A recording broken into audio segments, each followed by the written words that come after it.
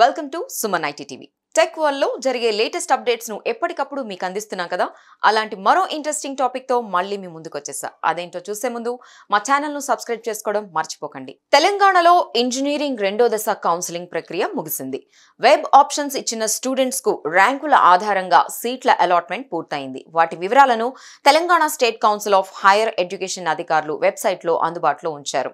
Second phase లో సీట్లు పొందిన విద్యార్థులు గురు శుక్రవారాల్లో సెల్ఫ్ రిపోర్టింగ్ చేయాల్సి ఉంటుంది. రెండో దశలో computer science, engineering, IT related కేటగిరీలో కొత్తగా 7,024 సీట్లు యాడ్ అయ్యాయి.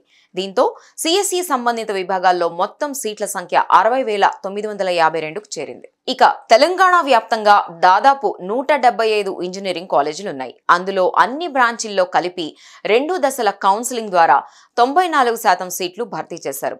ఇంకా 5,000 సీట్లు విద్యార్థులకు అవైలబుల్ గా ఉన్నట్టు విద్యాశాఖ అధికారులు వెల్లడించారు. వాటిని థర్డ్ ఫేజ్ లో ఫిల్ చేస్తారు. ఆగస్టు 8 నుంచి ఇది మొదలవుతుంది. ఆ రోజున students basic information online filling, payment of processing fee and slot booking for selection of help line centre వంటి ఫార్మాలిటీస్ పూర్తి చేయాలి. 9న సర్టిఫికేట్లు వెరిఫై చేస్తారు.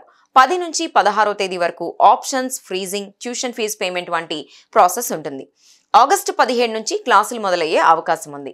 ఈ నేపథ్యంలో ఇంజనీరింగ్ కాలేజీలన్నీ ఇప్పటికే ఏర్పాట్లు పూర్తి చేశాయి. చూశారు కదా, ఇవి టెక్ కి సంబంధించిన అప్డేట్స్. ఈ వీడియోపై మీ స్పందన ఏంటో కామెంట్ చేయండి. అలాగే మరిన్ని విశేషాల కోసం సుమన్ ఐటీ టీవీని మిస్ కాకుండా చూడండి. Thank you for watching this video.